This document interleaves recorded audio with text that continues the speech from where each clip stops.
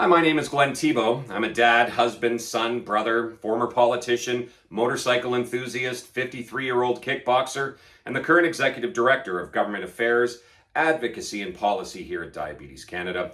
I also live with type 2 diabetes, and that's been a 7-year journey for me so far. And like most of you on this call, there were some initial learnings that I had to go through when I was first diagnosed. I was a little too proud to go see the doctor, especially as an elected official. I always said I was too busy. But I knew something was up when I had a hard time seeing a clock across the legislature.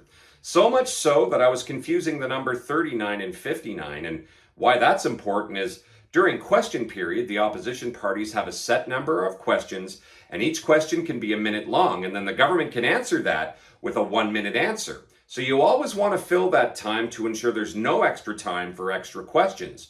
Well, for the first year, I was always bang on, 59 seconds to 1 minute. Then it started to end. I started seeing 37 or 38 and 39 is 59 consistently.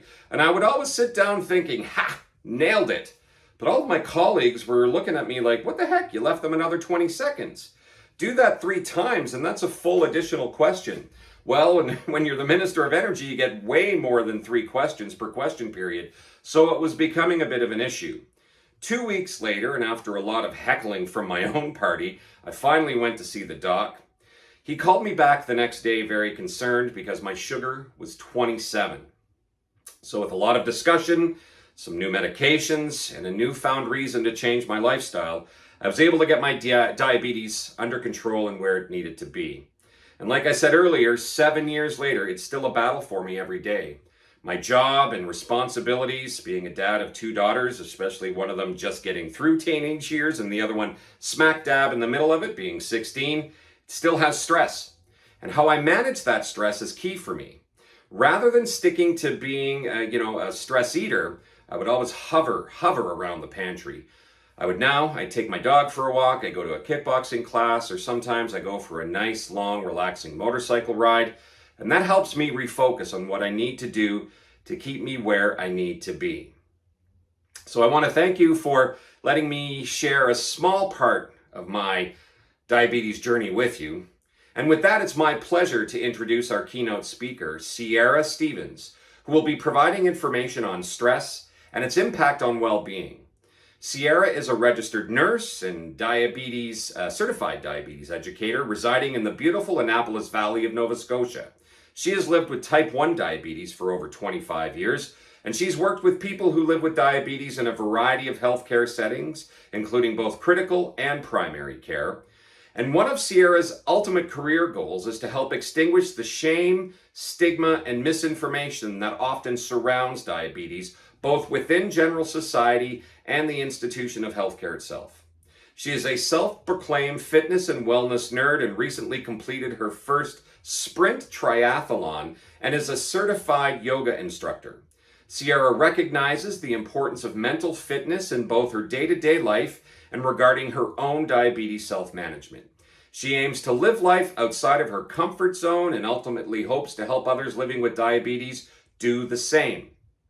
So, this session will also be moderated by Kayla Runka from the Knowledge and Connection team at Diabetes Canada. So, over to you, Kayla. Welcome, everyone, to the first day of Diabetes Canada Connect. I'm Kayla Runka, and it's my pleasure to moderate this session on stress and its impact on well-being. With that, I will turn it over to Sierra Stevens, our guest speaker today, to introduce herself. Hello, everybody. As Kayla said, my name is Sierra Stevens, and I'm a registered nurse, diabetes educator, a yoga instructor, and a self-proclaimed fitness and wellness nerd. And I live well with type 1 diabetes. And it's my pleasure to talk to you today about stress. Great, thank you. So stress, we all experience it. I sometimes very loud in your face kind of stress, and other times it kind of sits in the background, wheedling away at our general health and well-being. So, maybe we can just start by talking about stress. We throw that word around a lot. What does it actually mean? For sure. I hear that word a lot, whether it's at work or when I'm talking to family and friends, and I'll definitely expand on it. Stress means the way our body feels and the way our mind feels and reacts in response to a stressor. And in other words, stress is what you physically feel in your body when you encounter a stressor, or the way that your thoughts start to kind of tumble around responding to a stress. And how people respond to a stressor or how they experience stress is very unique. Just like being a human, we're all pretty different. Right. So you use the word stressor. Can you maybe give us a few examples of what those might be? Definitely. I thought that I should touch base on a stressor in regard to diabetes as well in general. And when I think of what a stressor is diabetes wise, perhaps thinking about a high blood sugar in the morning. So maybe somebody has like something really special going on that day, like their wedding, and they wake up and they have a high blood sugar to start the day. Having that high blood sugar in itself can be a stressor, or it can be something undiabetes related, which could be anything. For a job interview, for example. And yeah, people can be pretty cool as a cucumber for those, or we have other people like myself when they're having an interview for a job who can feel pretty stressed. So the interesting thing is whether it's a stressor for a high blood sugar, a stressor that is a high blood sugar, or a job interview, your body sees those things in the same way and can start to react to that type of stress in the same way. Okay. Back in the older, like years and years and years ago, when we used to be hunter gatherers and we had to, flee from attackers or wild animals, that stress response really, it especially came in handy to help us fight or flee when we encountered something like that. And now stress is still useful. We don't tend to encounter those type of things, but our body still responds to the same way, in the same way to those. So stress can be a good thing. Definitely. It definitely can. And there's actually a word for good stress, and that is eustress. And really, stress can be very motivating, especially in short bursts to help you get something done. Like preparing for this interview today, I knew that I needed to put it in my schedule and get my thoughts going about it. And that type of eustress helped me to get ready and be prepared. So I could really give you useful information today. A little bit of stress can just really kind of help you be prepared for your day and be able to face it head on. Yeah, I know I've heard people say they thrive on stress sometimes. I am not one of those people, but I guess for some people that's a good thing. I'm assuming, though, that when you're exposed to high levels of stress or stress over a long period of time, that it does have some negative impacts on the body. So can you speak a little bit about what stress does to our bodies? Definitely. So I think it's important to mention that while it can be useful, too much of it or repeated exposure to it can be harmful. And that response that a person has to a stressor and that stress they have can be kind of overdone and kind of happen more quickly. That stress feeling can happen more fast than it did initially when you're having repeated exposure to the stressors. Considering that stress is a pretty normal part of our being human, it's really something important for us to talk about.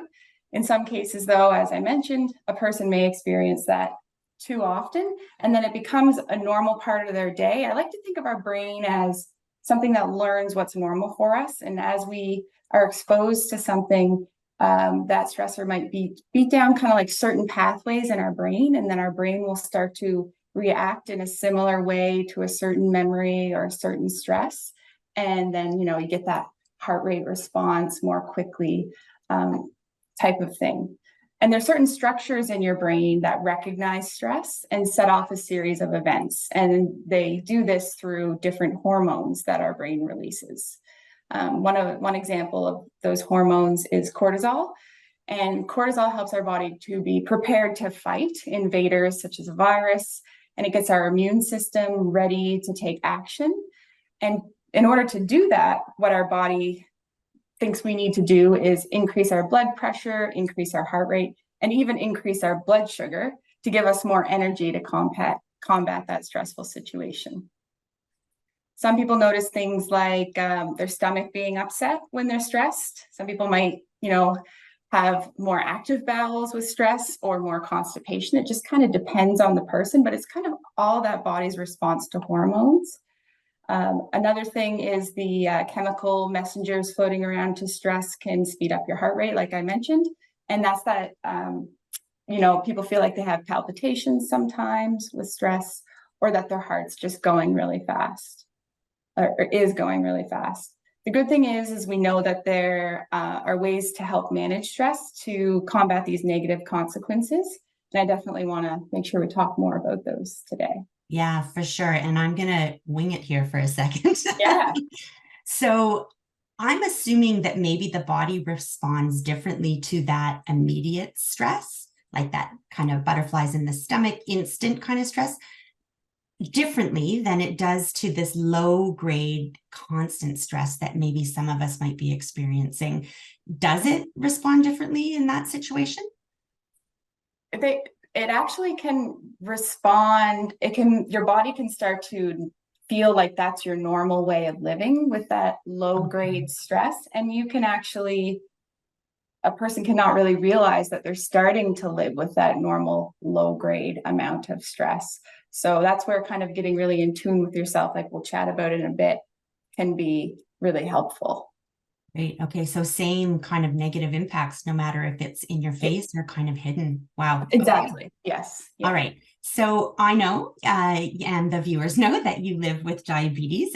You're also a health professional that works with people with diabetes on a daily basis. So I guess in your work, as well as your personal experience, sort of what have you learned about stress? I've seen that stress is one of the, like a piece of the puzzle that can often be missed or not talked about perhaps as much as it needs to be. And I've kind of thought about how it should really be another vital sign when you go to talk to a healthcare provider. Because I would say that one of the greatest barriers that people have to achieving their diabetes related goals is quite simply those things that are taking higher precedence in their life than their diabetes, often because of stress. And people, we need to feel safe as a human, and we need to feel understood. And in order to, be our best self and to feel well, our stress levels need to be managed and lower. And until a person can really see stress for what it is and have a personalized kind of game plan for managing it, it can be difficult to make strides towards diabetes related goals. I used to, like, on a personal note, I used to feel like, everyone always talks about diabetes and stress, but I don't really notice it. And I wasn't noticing diabetes immediately, or I was noticing diabetes. Yes. I wasn't noticing how stress immediately impacted my blood sugars. It didn't seem to me. And then as time went on, I started noticing that maybe how stress influences my diabetes is in a more of a subtle and compounding way, in that it builds up over time, and then it kind of pushes my diabetes to the back of my mind. And then all of a sudden I'm noticing that, for example, my time in range is getting lower, or my A1C might be creeping up a little bit.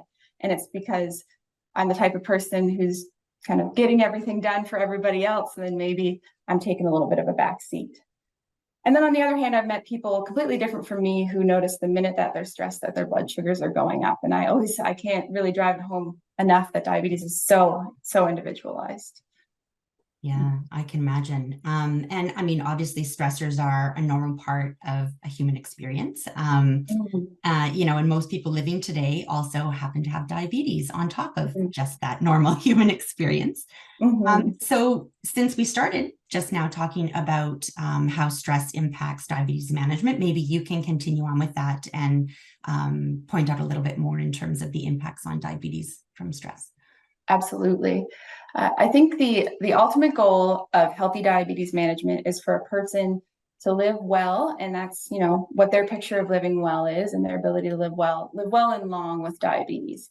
And one component of this is to aim for blood sugars in that safe range, and blood pressure and cholesterol levels, kind of those three things that really help to keep our blood vessels healthy. And those healthy blood vessels are what help to prevent progression of complications, which is what, you know, all people living with diabetes are hoping for and working towards. Many people think mostly of blood sugar management when they think of diabetes. And when they think of diabetes and stress, they might think of how their stress influences their blood sugar. But I think there's actually even more to it than that, because our responses can affect our blood sugar, our response to stress, but it can also perhaps influence our blood pressure as well, and maybe even our cholesterol in other ways. So it's interesting to think it's not really only blood sugar that we're thinking about, it's those other parts of diabetes. I got thinking about those other parts because my husband, I was asking him, you know, I'm doing this interview coming up soon, and you live with a person who has diabetes all the time, and can you weigh in on how you think stress might influence me or other people with diabetes? And it wasn't surprising that he was immediately naming things off, and he was thinking about how, you know, living with diabetes can influence your sleep, and how stress can also influence your sleep. So, and I think, you know, him hearing my beeps, he's thinking about the beeps he might hear at night.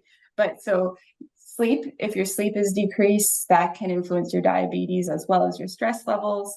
And stress might also influence the way the choices a person makes for food, whether that be certain food choices or the amount. Like some people, when they're stressed, they find they eat more, whereas some people might find that they eat less. And those different scenarios can influence diabetes in different ways. I've also thought about how stress interplays with the menstrual cycle for people who menstruate, and different phases of the menstrual cycle, you have more insulin resistance. So a lot of people will need more insulin during those phases. And if you add on top of that higher levels of stress, that could mean even more insulin resistance. So that's another way that our body can, or that our diabetes could be influenced by stress. Movement, of course, is an important piece of the puzzle when you live with diabetes. Every extra bit of movement can help to suck up that extra glucose from your blood vessels. But if you're feeling more stressed, getting out the door, for myself, can be a bit more of a challenge. But then once I do it, of course, I start to feel a bit better, or a lot better. And I also mentioned before how stress may cause us to prioritize things a bit differently. You know, when we have to-do lists related to work and family and friends, it might push that diabetes a little further back. And the hormones that we release when we're stressed can cause decreased insulin sensitivity, or that increased insulin resistance, making it so that our insulin doesn't work as well as when we're less stressed. And this can be a challenge even if we become less stressed and our insulin sensitivity returns to normal. We may need to change insulin doses again if you're on insulin living with diabetes.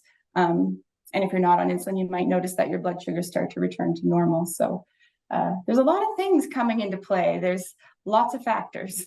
Yeah, no, for sure. And I'm a registered dietitian by trade, and I almost feel like I speak more to people about stress and sleep impacting their nutrition and the choices that they're making as much as I do about the actual food and choices that they're making. So it sounds like that's pretty consistent across the board. Okay, so no, I feel like we need to talk more about stress. I was just thinking that I'd love to see more of it starting earlier in school. And maybe there is now. I don't have children, so I'm not sure what they're talking about in school, but yeah, for sure. And I mean, you and I are both health professionals. I think often that makes us a little better equipped in terms of recognizing stress or stressors, and then maybe having some coping mechanisms to take care of that. But can you share some tips or you know, some management tactics that people might be able to use when, you know, the stress itself can't go away? And I guess I'll give an example there. So if you have a very stressful job, but you need obviously to work and make an income, you can't just quit your job to get rid of the stressor. So are there ways to cope with things when you know that stress is there and it's going to continue to be there? Yeah, I think you touched on something really important, and that's that not all stressors are going to necessarily go away, and they may change and look different over time. And the fact that they'll be there makes it really important to be able to notice and kind of get familiar with your body and notice when you're feeling that you're actually getting stressed, so you can take action in the healthiest way possible. And healthy coping mechanisms for stress will look different. So you might be somebody who needs to go spend time with people if you're stressed, or you might be somebody, you know, who needs to go take more time for yourself and with yourself.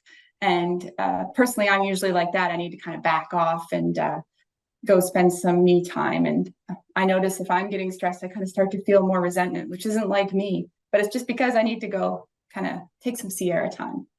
And I think it's really important that you get honest with yourself about what you really do need when you're stressed and actually how much control you have over it. And if I had to kind of break down how to kind of acknowledge and manage stress into a bit of a 3-part toolkit, I'd say the first step is noticing how your body feels when you're stressed. The second, naming the stressor. So you're kind of that way, once you've named it once, you can notice when it pops up in your life. And that may sound really simple, but that practice can be really beneficial. And then the third step is to have a plan of what you do when that stressor comes around.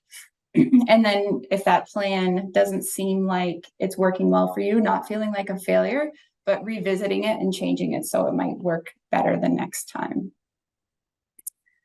So I guess if I use myself as an example there, when I start to feel stressed, like I said, I start to notice that everything on my plate feels like too much. I might feel a little bit resentful, even when people are asking me to do fun things, like go out to dinner. And I also, when I feel stressed physically, I'll feel kind of like heat coming towards the center of my body, like feel it moving inward. So those are my physical signs of stress. And those can be those cues like, okay, you're starting to feel this way again.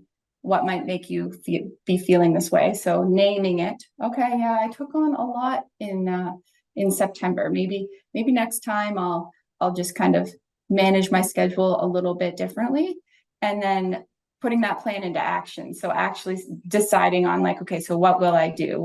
How will I decide to manage my schedule differently? And this plan of noticing, acknowledging that you're getting stressed, naming the stressor, and putting a plan into action.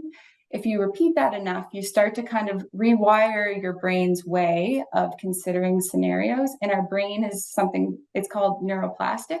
And that's a fancy word for that. It can change. So those, your normal way of thinking and your normal way of becoming stressed, those pathways can kind of get changed. So you may not feel as stressed as early on the next time when you encounter a stressor.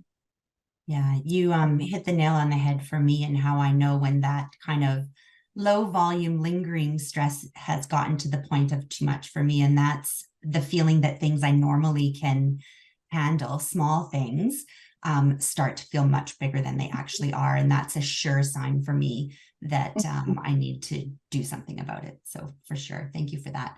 You mentioned making a plan to manage stress. So can you maybe give us a few examples of some proven ways to help reduce your stress?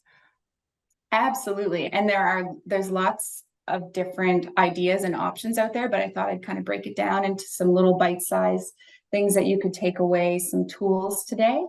And I thought I would break it down simply into a bit of an acronym, sort of ABMT.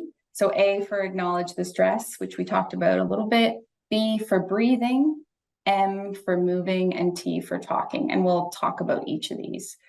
So ABMT, and the A standing for acknowledging the stress. And one way that you can do this is, of course, noticing how you're feeling in your body. And for some people, that's really hard to do. Like, it's like, what do you mean? Like, I'm here, I'm feeling that I'm here in this room. But one way that you notice how you're feeling is through mindfulness, which is a word we hear a lot, especially as more research is being done. And I think it's going to continue to be more and more present until one day it's starting to be prescribed, just like exercise is being prescribed, which would be a great thing.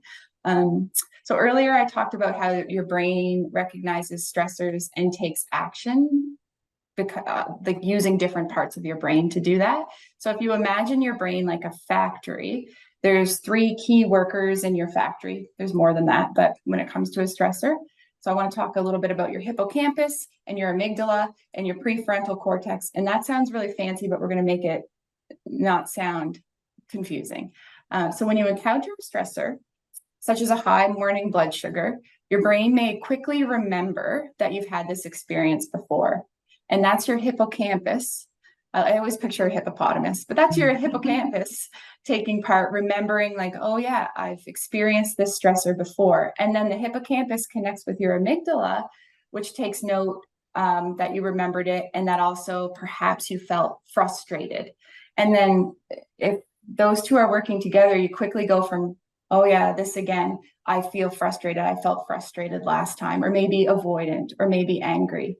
And every time those two work together, the hippocampus and the amygdala, they can make you get to that from, you might have felt fine before you checked your sugar, then you saw it was higher. It can get you to that frustrated, angry, stressed environment really quickly. But luckily, we have something in our brain called the prefrontal cortex, which is kind of that, when you can run something through that prefrontal cortex, it helps to not make you go from 0 to 60 as quickly, so to speak. So it helps our brain slow down our reaction to stress and respond to it more productively. So even if you do go from 0 to 60, then once you do get your prefrontal cortex involved, it'll help you to kind of calm yourself. So mindfulness is one of these things that gets the prefrontal cortex involved. It helps you to process that stress a bit more manageably.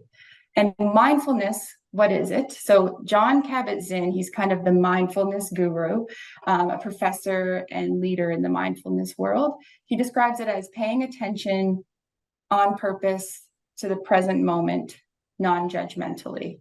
And it's really just exactly that, just paying attention to something, but not judging it, not judging how you're feeling, and not really thinking about all the other things you have to do, but knowing it's normal that you'll do that because you're human. And there are many ways that a person can incorporate mindfulness. So how you can start to do that could even be through mindful breathing, which is just sitting as you are, and as you inhale, saying inhale, as you exhale, saying exhale to yourself. Like you can do that in your head. And that's taking you out of, your environment and into your body, and just kind of focusing on the way that breathing feels. Another way could be going for a walk and just kind of, rather than just going through the paces of the walk, like, how if you're driving home, sometimes you might, all of a sudden you're home, you didn't even notice what was there. But mindfully walking would be, you go for your walk and you notice all the colors and you notice all the sounds, or say to yourself, I think I'm going to try to notice everything that's yellow. So these things make you more mindful, and you process things through your prefrontal cortex more. So you kind of get your brain used to being more mindful and slowing down. Some people do something called the 5 senses meditation. So that's if they're noticing they're getting stressed, they'll take a moment, look around them. What are 5 things that I can see? What are 4 things that I can feel? So maybe that's the temperature of the room, the feel of the table beneath them, and so on. 3 things that you can hear. So maybe like I can hear a lawnmower right now. Hopefully you can't. 2 things that you can smell, and 1 thing that you can taste. And by the time you're at the end of those 5 things, it can kind of help with that anxiety cycle or the stress that's building in your body. So those are a few ways to kind of acknowledge the stress or help you to become more mindful. And then for B, that was A, and B stands for breathing. So we talked a little bit about mindful breathing, and that is one way to come into your breathing, take your head out of all the to-dos and bring your thoughts back to your body. Andrew Huberman, he has a popular podcast called the Huberman Lab podcast, and he is a tenured professor at Stanford and a neuroscientist. And he has a breathing technique that he talks about called the fast lane to calm. He didn't come up with it, but that's what he calls it. And this technique is called the physiologic sigh. So before anybody tries this, it's a good idea to know like if you have a heart rate that's a lower heart rate, or if you have any heart troubles, you want to talk to your doctor before you tried it, because it actually is proven, like, it slows down your heart. And the benefit of slowing down your heart rate is when your body notices that your heart rate's slowing down, it thinks, okay, I'm calm, I'm safe, and it can help with that stress feeling. So the physiologic sigh, you do it by doing a double inhale and an exhale 1 to 3 times in a row. And that lowers your heart rate. So it looks like the second inhale is kind of an awkward feeling, but I'll show you what it looks like. It's like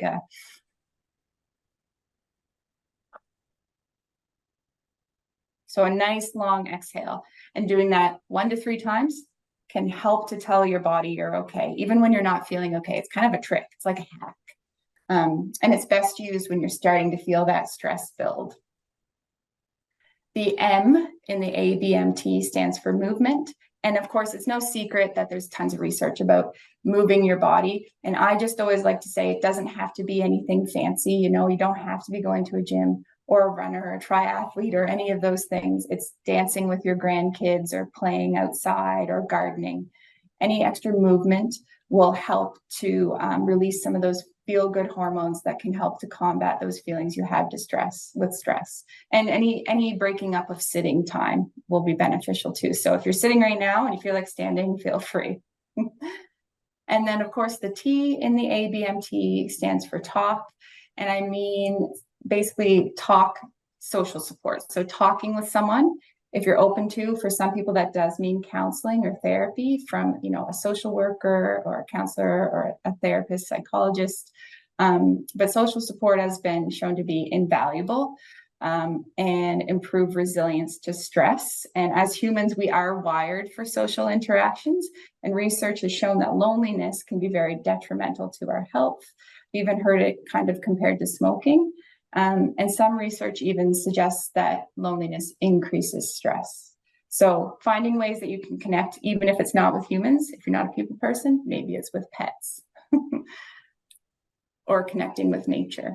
Nature. I was just going to say, I'm going to add an N to your acronym. Yes. Because nature for me is a huge driver, the fresh air and the beauty and everything. It just takes you to a place that, sitting on your couch probably doesn't do, or anything else. So get Agreed. outdoors.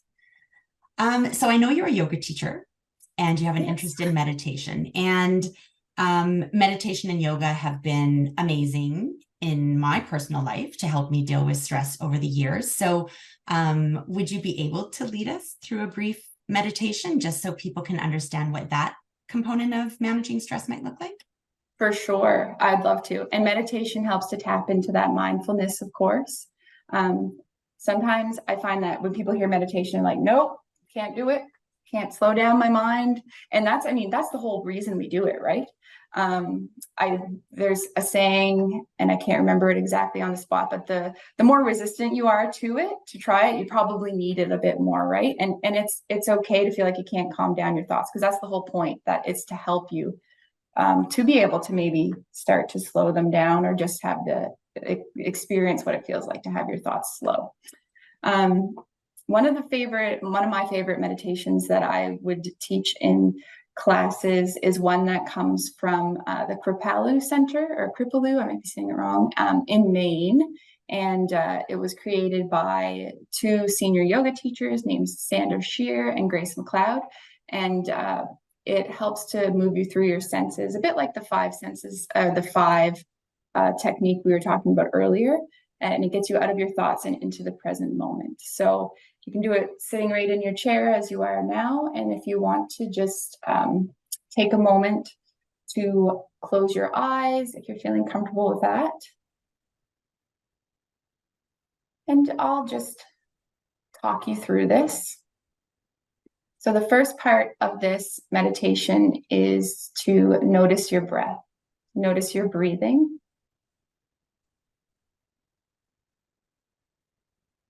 And notice where you feel your inhales moving through your body.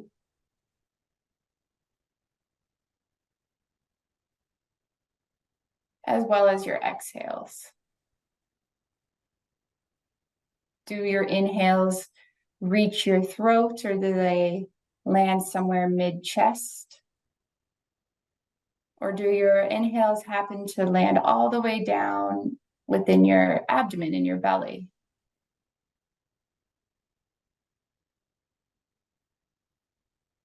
Start to notice the length of your inhales and your exhales.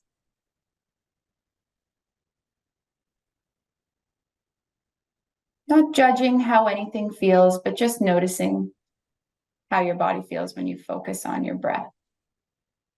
And if it's challenging today, just know that that can change with practice.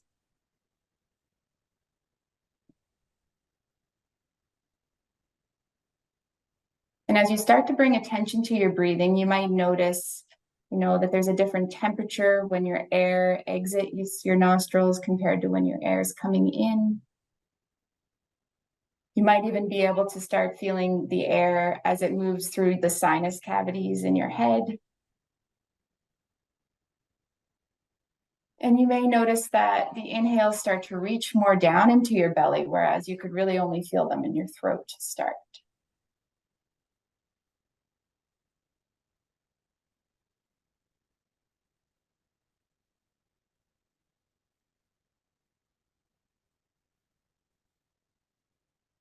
So just resting your thoughts on your breath, the inhales and the exhales.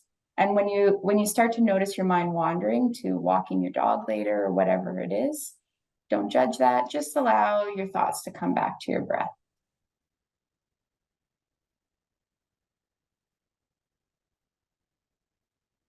The next component is relaxing. How much more can you relax your body right now?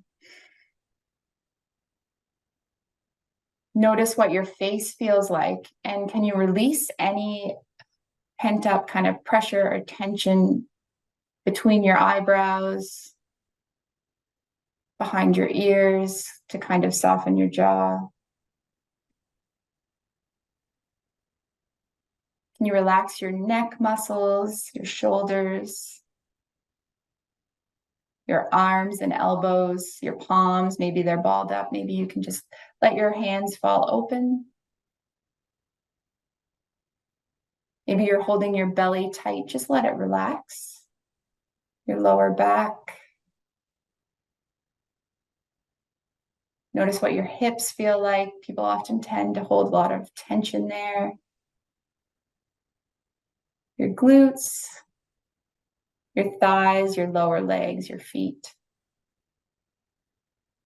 And just take note, does your body feel differently than it did about, 1 minute ago when you brought some attention to the tension that you might have been holding?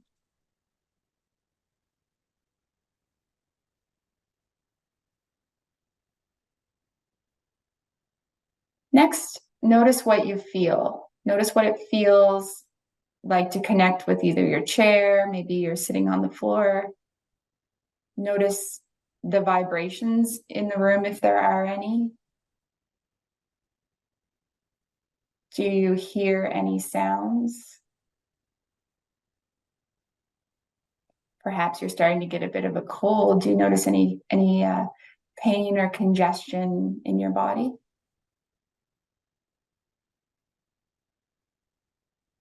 And if you feel any of that tension, just like we were talking about before, try to, as you inhale, send some relaxation to those areas.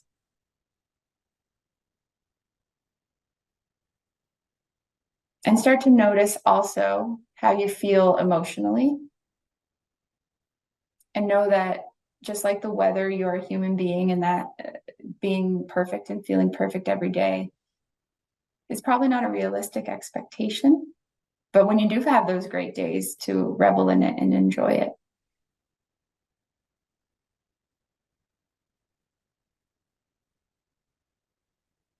And next, I'd ask you to watch the thoughts that flow through your mind, non-judgmentally. So noticing them, maybe not adding a whole lot of extra thought to them. Just being kind to yourself about what's taking up the content of your brain, but noticing what's taking up time in your mind, and is it worth it for you? And almost imagine being a witness to your thoughts, so kind of like a silent observer. Letting your sense of feeling move beyond, that physical part, and just watching the thoughts that are floating through. Notice how the rational mind kind of wants to compare and judge and seek understanding. And just kind of say, we don't need to do that right now. We'll just be.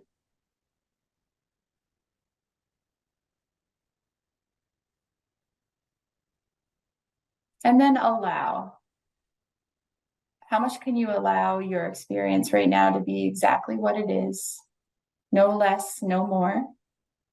And know that it's the right thing right now.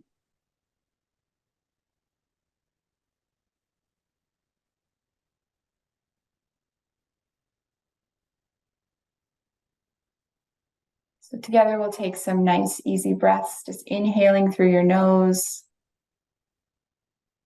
and exhaling through your mouth. And 2 more like that. A nice long inhale. And release that breath, let your shoulders drop. And then 1 more breath in. And let that breath go. And if your eyes are closed, just gently letting them come back to open and coming back to the room, back to the present moment. Just notice how your body feels. And if you are finding like it feels better, that's amazing. If it was a bit uncomfortable, that's pretty normal too. But like I said, research has shown that with time, this can be so beneficial.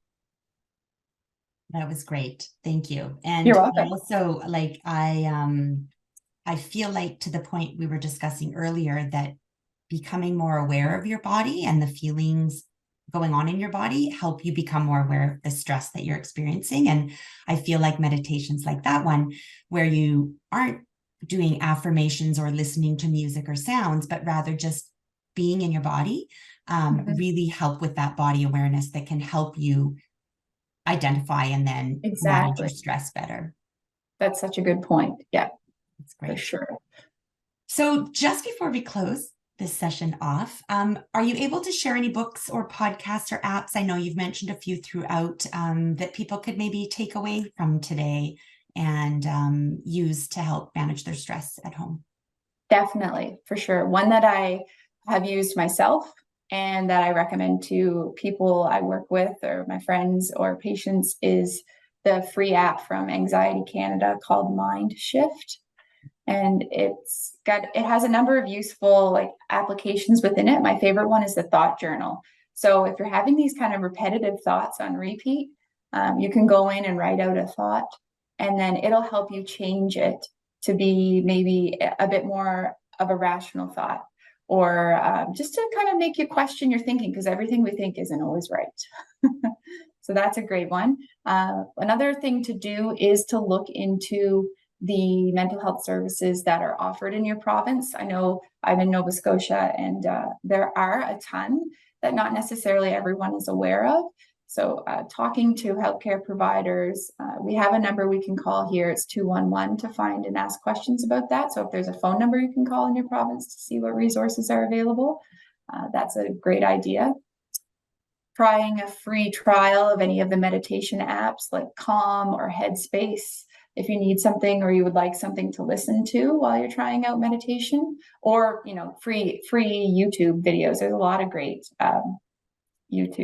things on YouTube, and it's about finding someone that you connect with. A few books that I've really liked are The Stress Proof Brain by Melanie Greenberg. I read that recently, and it just really broke down stress piece by piece. And the best part of it was the kind of the tools that are in it, and it's an easy read. It's not overly medical, so I highly recommend that. I like Buddha's Brain by Rick Hanson and Richard Mendeus, and I like that kind of, especially because of my yoga background, but they connect the side, like Buddhism and mindfulness and the science, like the neuroscience and the brain science. So that's a really neat read. And then lastly, of course, the Live Free with Type 1 Diabetes podcast by the diabetes psychologist Mark Heyman is something that could be really helpful with stress as well.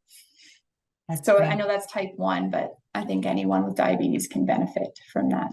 Yes, what unites us. Mm-hmm. That's wonderful. I know I have taken a lot away from today, and I'm sure that the people watching this will also find it very informative. So thank you.